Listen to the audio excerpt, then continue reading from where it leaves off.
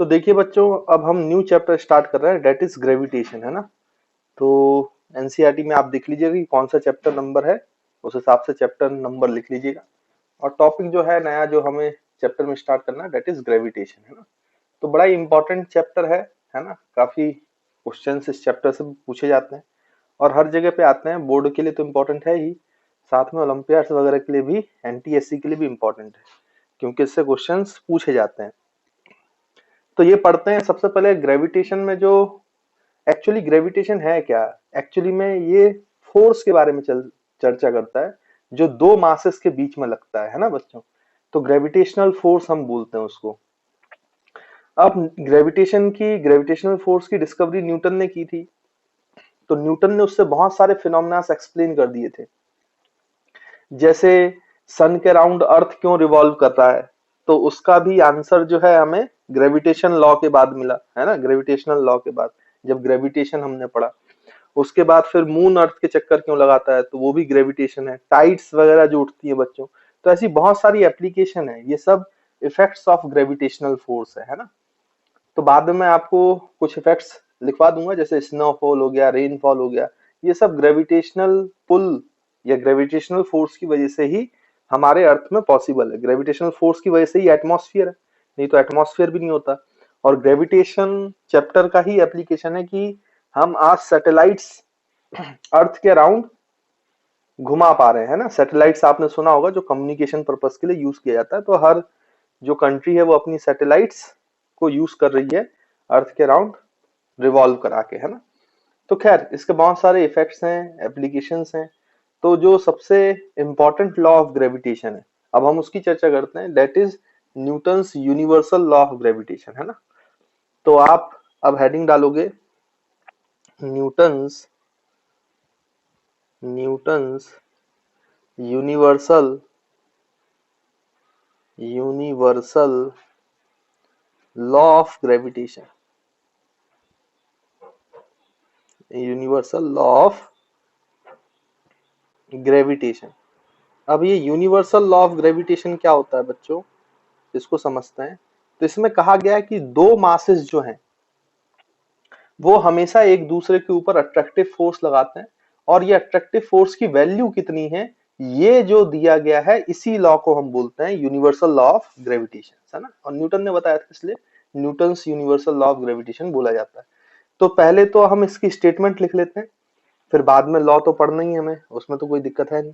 तो हम यहाँ पे लिख सकते हैं बच्चों, according to this law, according to this law, every every particle every particle of matter every particle of matter in the universe in the universe universe attracts attracts attracts every other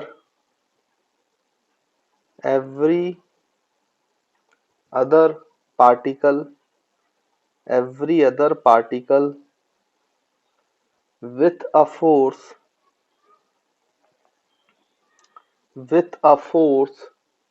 which is which is directly proportional to which is directly to the the product of their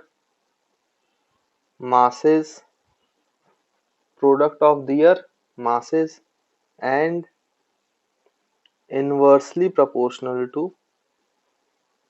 inversely proportional to the square of the square of the distance between them. Distance between them. तो mathematically देखते हैं कि ये law क्या कहना चाह रहा है, तो क्या हमें दे रहा है। तो उन्होंने कहा कि भाई कोई भी पार्टिकल होगा यूनिवर्स में, डेट इज उसका मास m1 होगा, तो वो दूसरे पार्टिकल को जिसका मास m2 होगा, अगर r दूरी पर है, तो हमेशा अट्रैक्टिव फोर्स लगाएगा बच्चों। हमेशा कैसा फोर्स लगाएगा? अट्रैक्टिव। तो आप ध्यान से देखें, तो इस पे लगने वाला जो फोर्स होगा 1 पर 2 के कारण, 1 मास पे 2 वाला मास फोर्स लगा रहा है, तो हम बोलेंगे कि दिस इज F12। 1 पर F on 1 M1 due to M2, तो ये F12 है बच्चों। और M2 पे ये अट्रैक्टिव फोर्स लगता है, तो हमेशा ये अट्रैक्टिव फोर्स लगेगा। This is force on 2 particle due to M1। तो जितना फोर्स M2 M1 पे लगाएगा, उतना ही फोर्स M1 जो है वो M2 पे लगाएगा। यहाँ पे मतलब क्या है बच्चों, इसको हमेशा याद रखिएगा। F12 का मतलब force on 1 due to 2 second particle, है ना बच्चों। और अगर मैं आपसे बोलूं F21, तो इसका मतलब है force on second particle 2 due to first particle, है ना। तो हमेशा याद रखिएगा कि इनकी डायरेक्शन अपोजिट है, क्योंकि अट्रैक्टिव फोर्स लगा रहे हैं, बट इनका बच्चों मैग्नीट्यूड सेम होता है। ये एक्सपेरिमेंटली हमें पता चलता है। तो मैग्नीट्यूड सेम है, मतलब आप ऐसा बोलोगे कि F12 का मैग्नीट्यूड और F21 का मैग्नीट्यूड ये दोनों सेम है, बट डायरेक्शन अपोजिट है। डायरेक्शन अपोजिट है तो माइनस साइन है। लेकिन अगर हमें मैग्नीट्यूड वाइज देखना है, तो F12 का मैग्नीट्यूड ये डायरेक्शन वाइज है ना बच्चों, डायरेक्शन वाइज। लेकिन अगर दोनों का मैग्नीट्यूड वाइज देखें, तो मैग्नीट्यूड दोनों का सेम होगा। मैग्नीट्यूड मतलब जो न्यूमेरिकल वैल्यू है वो इज इक्वल्स टू, आप इसको F बोल सकते हो। तो ये मैग्नीट्यूड वाइज सेम होता है, मैग्नीट्यूड वाइज, है ना बच्चों। और डायरेक्शन वाइज जो है वो अपोजिट होता है। तो वैसे भी आपको पता है कि एक पार्टिकल दूसरे पे जितना फोर्स लगाएगा, दूसरा पार्टिकल पहले वाले पार्टिकल पे उतना फोर्स लगाएगा। ये तो Newton's third law of motion है। इसका मतलब यूनिवर्सल लॉ ऑफ ग्रेविटेशन जो है वो न्यूटन्स का थर्ड लॉ फॉलो करता है। यानी ये दोनों फोर्सेस जो है बच्चों, this will behave like action reaction pair. देखो, ये जो है दो इक्वल एंड अपोजिट फोर्स लग रहे हैं, दो डिफरेंट बॉडीज पे लग रहे हैं। मतलब ये आपका जो है न्यूटन थर्ड लॉ को वैलिड प्रूफ कर रहा है। तो जितना फोर्स 1 2 पे लगा रहा है, उतना ही फोर्स 2 1 पे लगा रहा है। अब इक्वल एंड अपोजिट हैं, टू डिफरेंट बॉडीज पे लग रहे हैं, इसलिए इनको एक्शन रिएक्शन पेयर कह सकते हैं, क्योंकि they follow Newton's third law, है ना। इसलिए इनका मैग्नीट्यूड सेम है, बट डायरेक्शन वाइज ये दोनों अपोजिट है ना। तो आई होप आपको ये छोटा सा पॉइंट बच्चों क्लियर होगा। फिर उन्होंने क्या बोला है कि ये जो फोर्स का मैग्नीट्यूड है ये कितना है। तो उन्होंने बोला कि कोई भी पार्टिकल दूसरे पार्टिकल जिसके पास दोनों के पास मास है, वो डायरेक्टली प्रोपोर्शनल, जो भी फोर्स ऑफ अट्रैक्शन लग रहा है वो डायरेक्टली प्रोपोर्शनल है to the product of their masses. यानी कि हम फर्स्ट पॉइंट यहां पे लिख सकते हैं कि ये जो मैग्नीट्यूड ऑफ फोर्स है, फोर्स ऑफ अट्रैक्शन है बच्चों, it is proportional to product of their masses m1 into m2। इसका मतलब एक्सपेरिमेंटली ये देखा गया कि अगर मैं मास को डबल करता हूं, मान लीजिए कि मैं m1 को 2 टाइम्स करता हूं, तो ये फोर्स 2 टाइम्स हो गया। अगर मैं m1 को उतना ही रखता हूं और m2 को 2 टाइम्स करता हूं, तो भी फोर्स 2 टाइम्स हो जाता है। और अगर मैं दोनों को 2 टाइम्स कर देता हूं, तो फोर्स 2 इंटू 2 4 टाइम्स हो जाता है। मतलब इनके प्रोडक्ट के प्रोपोर्शनल है। जैसे अगर मैं m1 को 2 टाइम्स कर दूं और m2 को 3 टाइम्स कर दूं, तो फोर्स उनके प्रोडक्ट के प्रोपोर्शनल है। 2 इंटू 3 मतलब 6 टाइम्स बढ़ जाएगा फोर्स। अगर मैं इसको 3 टाइम्स कर दूं, इसको 4 टाइम्स कर दूं, तो फोर्स 3 इंटू 4 12 टाइम इंक्रीज हो जाएगा। तो ये पाया गया एक्सपेरिमेंटली कि m1 m2 के प्रोडक्ट के बराबर होता है फोर्स। फिर दूसरा रिजल्ट इसमें ये पाया गया कि इन दोनों के बीच का जो डिस्टेंस है बच्चों, इस पे भी डिपेंड करता है। देखो, ये बोला है कि it is inversely proportional, force of attraction is inversely proportional to the square of distance between them. मतलब ये फोर्स है, ये inversely proportional to r square है। इसका मतलब अगर मैं डिस्टेंस 2 गुना कर दूं, तो फोर्स उसके स्क्वायर से, मतलब 2 का स्क्वायर 4 टाइम्स कम हो जाता है। अगर मैं इसको 3 टाइम्स कर दूं, तो उसका स्क्वायर 9 टाइम्स फोर्स जो है वो कम हो जाता है। अगर मैं 4 टाइम्स कर दूंगा, तो 16 टाइम्स फोर्स कम हो जाता है। यानी कि वो स्क्वायर के इनवर्सली प्रोपोर्शनल टू स्क्वायर चल रहा है ना बच्चों, डिस्टेंस से। तो ये बात आप ध्यान रखेंगे। इसको इनवर्स स्क्वायर लॉ भी बोलते हैं। ऐसे इनवर्स डिस्टेंस स्क्वायर पे इनवर्सली स्क्वायर के डिस्टेंस पर डिपेंडेंसी जो होता है, इसको बच्चों इनवर्स स्क्वायर लॉ भी कहा जाता है ना। तो एक और प्रॉपर्टी आपको समझ में आई कि जो Newton's universal law of gravitation है वो इनवर्स स्क्वायर लॉ को भी फॉलो करता है ना। आई होप बच्चों ये दोनों पॉइंट आपको क्लियर होंगे।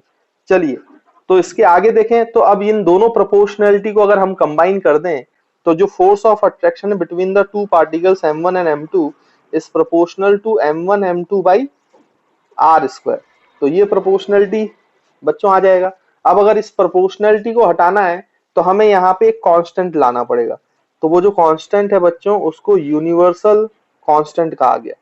तो ये G m1 m2 by are square. तो this is the value of magnitude of force.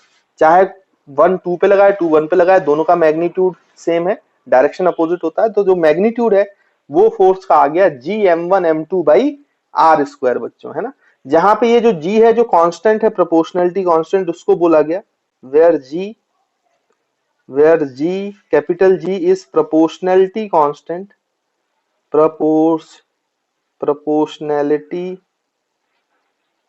proportionality constant which is known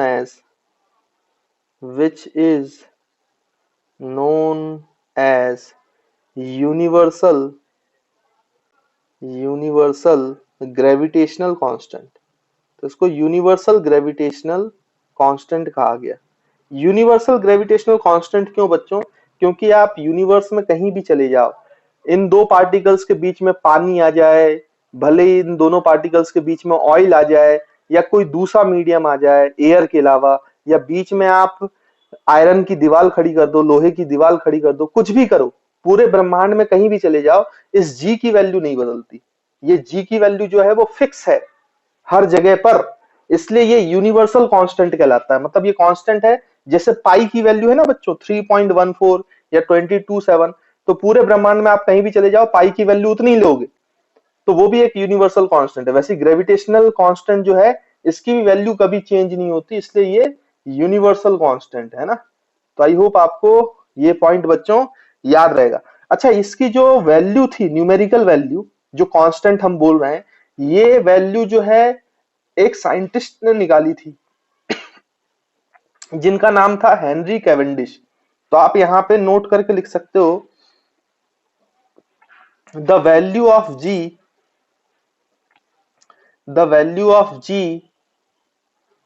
मतलब कभी कभी पूछ लेता है बच्चों किस साइंटिस्ट ने निकाला था, तो उसको हमें याद रखना चाहिए। The value of capital ji was initially, तो उन्होंने एक कैवेंडिश एक्सपेरिमेंट किया था, हालांकि वो एक्सपेरिमेंट कोर्स में नहीं है तो मैं यहाँ पे नहीं बता रहा हूं, और उससे डिटरमाइन किया था इनिशियली डिटरमाइंड। तो value of G was initially determined by scientist जिनका नाम था हेनरी कैवेंडिश है ना बच्चों, हेनरी कैवेंडिश इन 1798। तो 1798 18 सेंचुरी की बात है, 18वीं सदी की बात है, उस समय पे निकाला गया था। बाई यूजिंग एक उन्होंने डिवाइस यूज की थी बच्चों, by using an instrument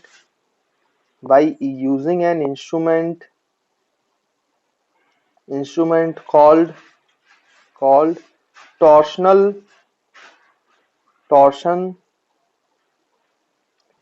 balance, है ना बच्चों। अभी आपको ये नहीं पता कि ये क्या होता है, लेकिन हायर क्लासेस में आपको पता चलेगा। अभी तो सिर्फ इतना याद रखें, टॉर्शनल बैलेंस एक नाम का इंस्ट्रूमेंट था, और जी की वैल्यू हेनरी कैवेंडिश ने दी थी। कि कौन से सन में दी थी बच्चों? 1798 में दी थी। और जो इसकी एक्सेप्टेड वैल्यू है, फिर बाद में और भी साइंटिस्टों ने उसको वेरीफाई किया, तो सबके लिए सेम वैल्यू आई। तो जी की जो वैल्यू थी, तो वो जो जी की वैल्यू इंटरनेशनली एक्सेप्ट की गई, जो यूनिवर्सल कांस्टेंट है, वो वैल्यू है 6.67। याद रखेंगे बच्चों, बड़ी इंपॉर्टेंट वैल्यू है ये, 6.67 into 10⁻⁻11। This is the internationally accepted value of G, capital G, which is known as universal gravitational constant. और मैंने बताया कि यूनिवर्सल ग्रेविटेशनल कांस्टेंट क्यों है, क्योंकि आप कहीं पे भी चले जाओ पूरे यूनिवर्स में, इसकी वैल्यू चेंज नहीं होने वाली, ये वैल्यू फिक्स है। और जो एक्सेप्ट की गई है वो ये वैल्यू है जो कि हेनरी कैवेंडिश ने 1798 पे निकाली थी। बाद में और भी साइंटिस्ट आए, उन्होंने भी एक्सपेरिमेंट किए तो यही वैल्यू मिली, इसलिए इसको एक्सेप्ट किया गया है और ये यूनिवर्सल कांस्टेंट में गिना जाता है। और इसकी यूनिट क्या होगी बच्चों, कैपिटल जी की। तो कैपिटल जी की यूनिट आप यहां से निकाल सकते हो इस फॉर्मूले से। देखो यहाँ पे अगर आप कैपिटल जी का फॉर्मूला बनाए तो आर स्क्वायर को फोर्स से मल्टीप्लाई करो, तो force into r square divide by m1 into m2। अब देखो बच्चों ऐसा यूनिट ऑफ फोर्स होता है न्यूटन, आर की यूनिट हो गई मीटर और उसका स्क्वायर हो जाएगा metre square, divide by mass होता है केजी इंटू केजी। तो जी की यूनिट क्या आ गई बच्चों, जी की यूनिट हम बोल सकते हैं newton metre square by KG into KG, मतलब केजी स्क्वायर। तो याद रखेंगे यहाँ पे जी की जो यूनिट है वो भी आप यहाँ पे लिख सकते हो newton metre square divide by KG square. तो this is the unit of capital G और यूनिवर्सल ग्रेविटेशनल कांस्टेंट। तो ये बड़ी ही इंपॉर्टेंट वैल्यू है बच्चों, तो इसको आप लोग याद रखेंगे, है ना। तो आई होप आपको Newton's universal law of gravitation समझ में आया होगा, यूनिवर्सल ग्रेविटेशनल कांस्टेंट भी समझ में आया होगा, और दो मासेस के बीच में फोर्स कितना लगता है ये भी आपको समझ में आएगा। और वैल्यू फॉर्मूला आप लोग याद रखेंगे, बहुत ही इंपॉर्टेंट फॉर्मूला है, जी m1 m2 by are square, है ना बच्चों।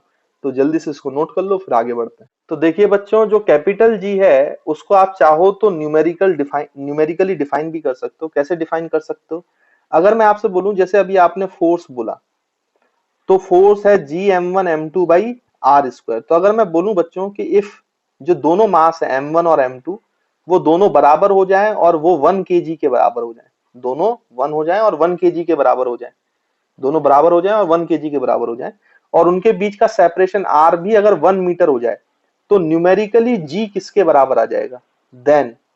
तो आप ध्यान से देखो तो f का फॉर्मूला था क्या बच्चों, जी m1 m2 by are square. तो आप यहाँ पे वैल्यूज पुट करेंगे तो f is equals to G, m1 की वैल्यू 1 kg, m2 की वैल्यू 1 kg upon r square, r की वैल्यू 1। तो ये न्यूमेरिकली g के बराबर आ गया ना, मतलब न्यूमेरिकली जो ग्रेविटेशनल कांस्टेंट है वो उस फोर्स के बराबर है जब फोर्स किसके बीच में लगेगा, दो इक्वल मासेस के बीच में लगेगा जिनका मास 1 kg होगा और उनकी आपस में दूरी 1 मीटर होगी। तो तब जो फोर्स लगेगा m1 m2 के बीच में, वही फोर्स जो है न्यूमेरिकली किसके बराबर होगा बच्चों, यूनिवर्सल ग्रेविटेशनल कांस्टेंट का, या universal gravitational constant numerically force के बराबर होगा।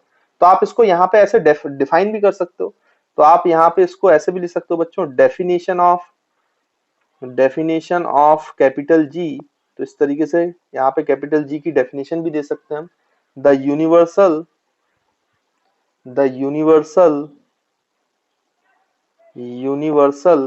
Gravitational constant, universal gravitational constant is the force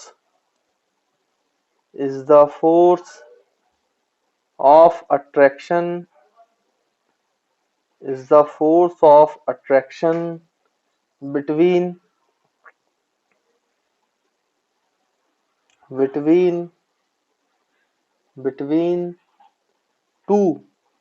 between two point masses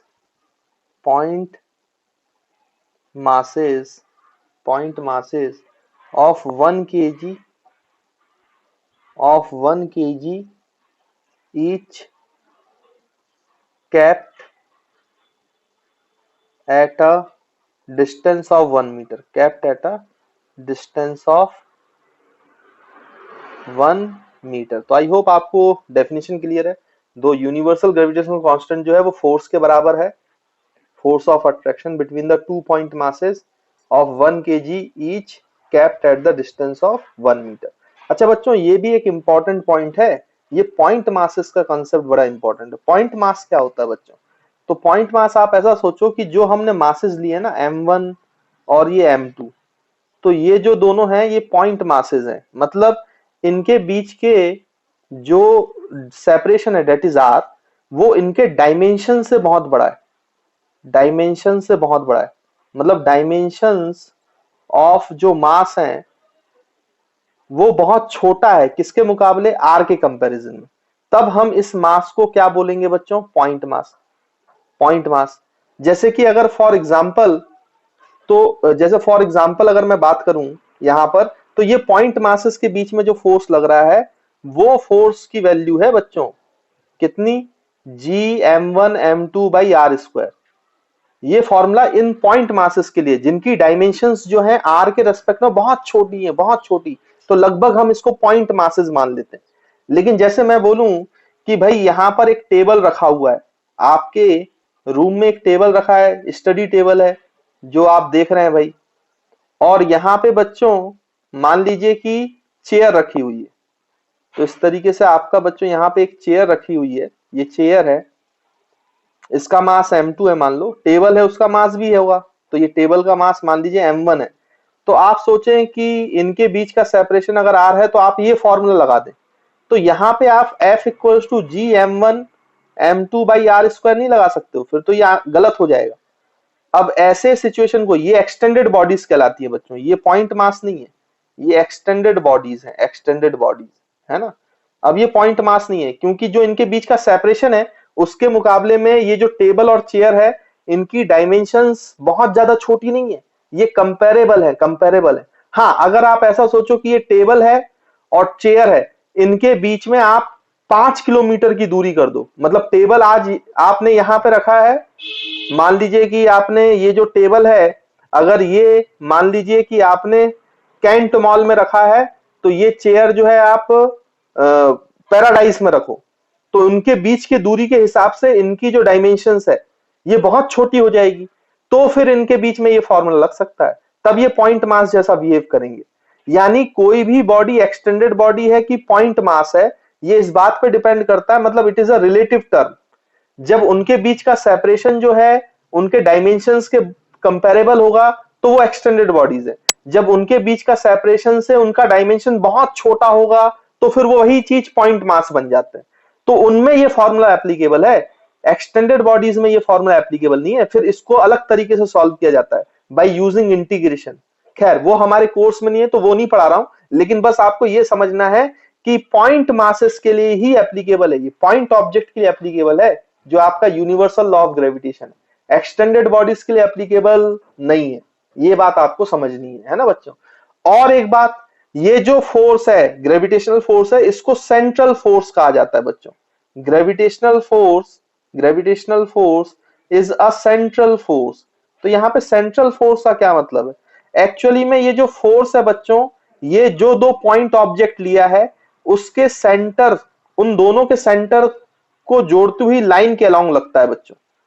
जैसे इन दोनों को सेंटर से जोड़ने वाली ये लाइन है, तो फोर्स, ग्रेविटेशनल फोर्स अट्रैक्टिव ऐसे लगेगा, एफ जी ऐसे लगेगा, इक्वल एंड अपोजिट। अगर ये मास m1 इधर होता और ये मास m2 इधर होता तो फिर ये ऐसे नहीं लगता, एक इधर और एक इधर, फिर ये इस लाइन के अलोंग लगता, जो लाइन दोनों पॉइंट मासेस के सेंटर को जोड़ रही है।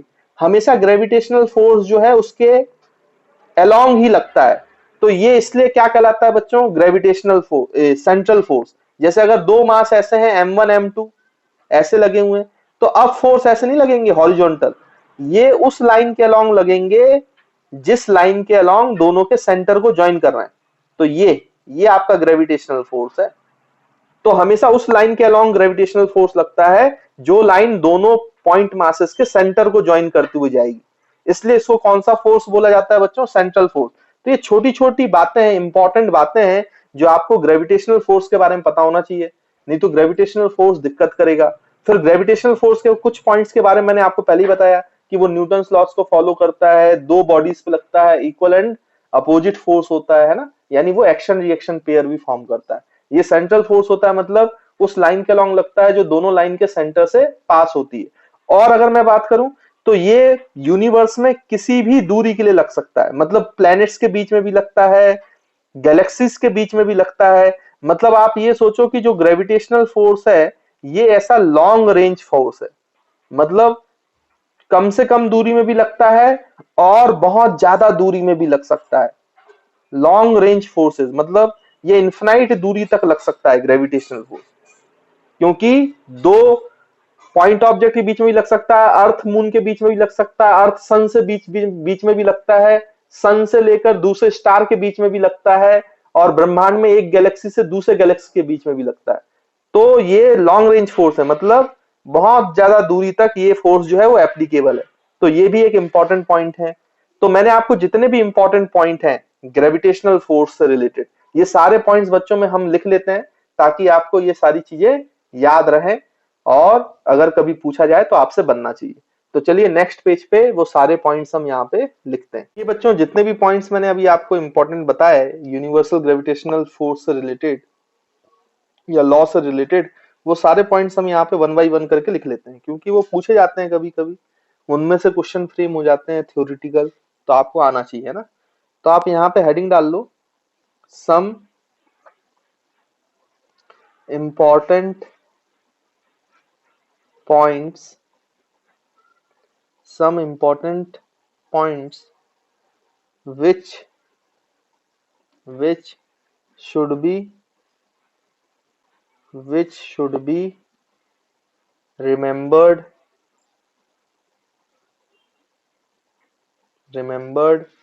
regarding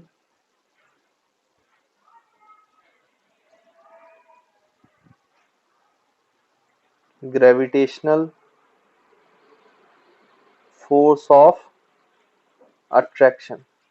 तो ये जो ग्रेविटेशनल फोर्स ऑफ अट्रैक्शन है उससे रिलेटेड कुछ इंपॉर्टेंट पॉइंट्स है जो बच्चों आपको याद होना चाहिए, रिमेम्बर होना चाहिए ना। तो यहाँ पे वन बाई वन करके हम सारे पॉइंट्स को लिख लेते हैं। तो जो पहला इंपॉर्टेंट पॉइंट है बच्चों, वो आप याद रखेंगे कि first point, the gravitational force of attraction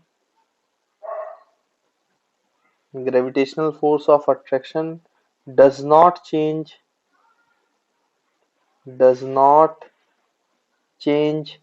with the change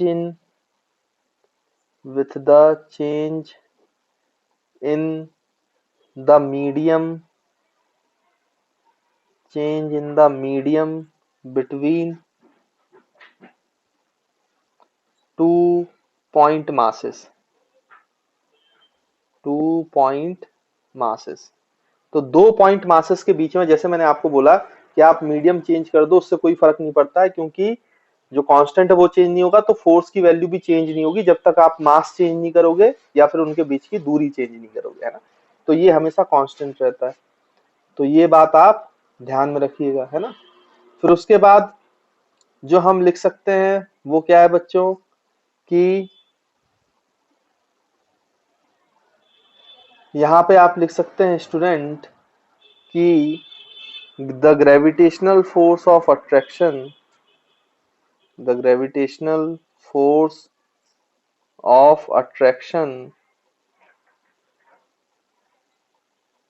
obeys Newton's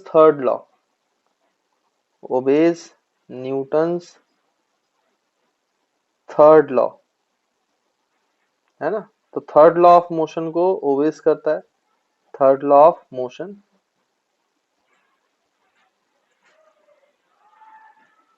that is gravitational force, that is forces are action reaction pair।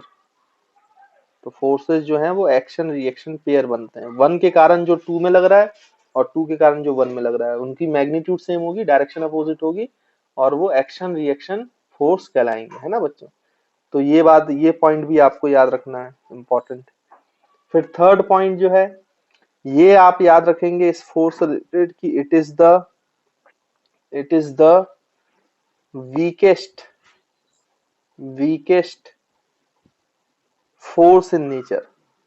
मतलब जितने भी फंडामेंटल फोर्सेस हैं, आगे जाके आप इलेक्ट्रोमैग्नेटिक फोर्स भी पढ़ोगे, न्यूक्लियर फोर्सेस भी पढ़ोगे हायर क्लासेस में, तो जितने भी टाइप के फोर्सेस हैं, बेसिकली 4 फंडामेंटल फोर्स है, तो उन चारों फंडामेंटल फोर्स में ये सबसे ज्यादा वीक फोर्स होता है, ग्रेविटेशनल फोर्स सबसे ज्यादा वीक फोर्स होता है ना। तो समय के साथ ये चीज आपको पता चलेगी, अभी तो आप इतना याद रखें कि ग्रेविटेशनल फोर्स जो है वो वीकेस्ट फोर्स है, it is the weakest force in nature. फिर फोर्थ पॉइंट जो हमें याद रखना चाहिए, इट इज, जो मैंने आपको बताया, it is always attractive in nature. It is always मतलब दो मासेस हमेशा अट्रैक्ट ही करेंगे, कभी भी रिपल्सिव फोर्स, ग्रेविटेशनल फोर्स नहीं लगता। Attractive in nature, it is always attractive in nature, है ना बच्चों। फिर उसके बाद जो मैंने आपको बताया कि ये inversely proportional to square of distance होता है, मतलब it obeys inverse square law. तो ये इनवर्स स्क्वायर लॉ को भी क्या करता है बच्चों, इनवर्स स्क्वायर लॉ, तो इनवर्स स्क्वायर लॉ को भी फॉलो करता है ना। मतलब क्या इसका, इट मीन्स जो हमने बोला था, force is inversely proportional to r square, तो ये इसका मतलब है इनवर्स स्क्वायर लॉ का। फिर उसके बाद सिक्स्थ पॉइंट जो है, जैसे मैंने अभी आपको बताया कि gravitational force is a central force, है ना बच्चों। तो ग्रेविटेशनल फोर्स जो है वो सेंट्रल फोर्स है। सेंट्रल फोर्स मतलब that means it will always act along the line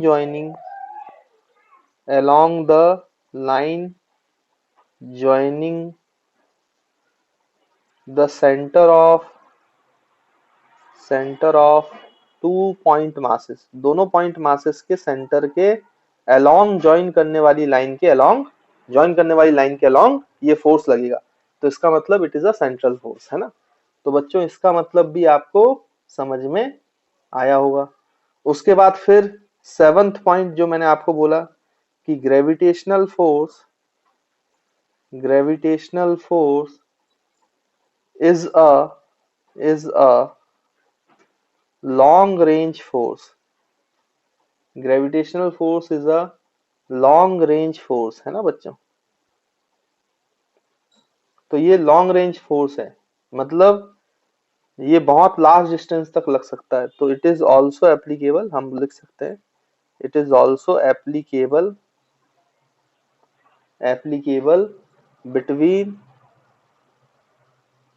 between the galaxies. तो जो गैलेक्सीज है हमारे यूनिवर्स में, या यूनिवर्स में कोई भी एक बॉडी है वो दूसरे बॉडी के ऊपर ग्रेविटेशनल फोर्स अप्लाई कर रही है ना, बिटवीन द गैलेक्सीज तक। इतनी कमाल की रेंज होती है ग्रेविटेशनल फोर्स की, है ना। इतने, हालांकि सबसे वीक होता है बट फिर भी बहुत दूरी तक भी ये लग सकता है। उसके बाद आठवां point, it is only applicable for it is only applicable for point mass. तो याद रखेंगे ये पॉइंट मासेस के लिए एप्लीकेबल है, एंड डज नॉट वैलिड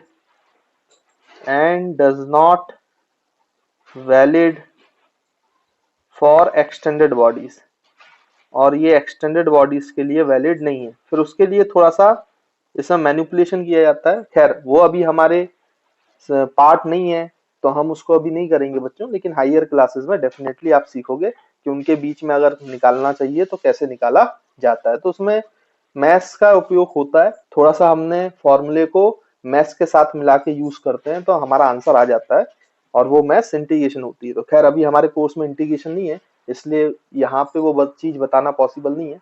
तो बाकी ये पॉइंट्स आप याद रखें कि थ्योरेटिकल कोई इन पॉइंट्स से क्वेश्चन बनता है तो आपको आना चाहिए, है ना। तो ये सारे पॉइंट्स मैंने आपको लिखवा दिए इसलिए।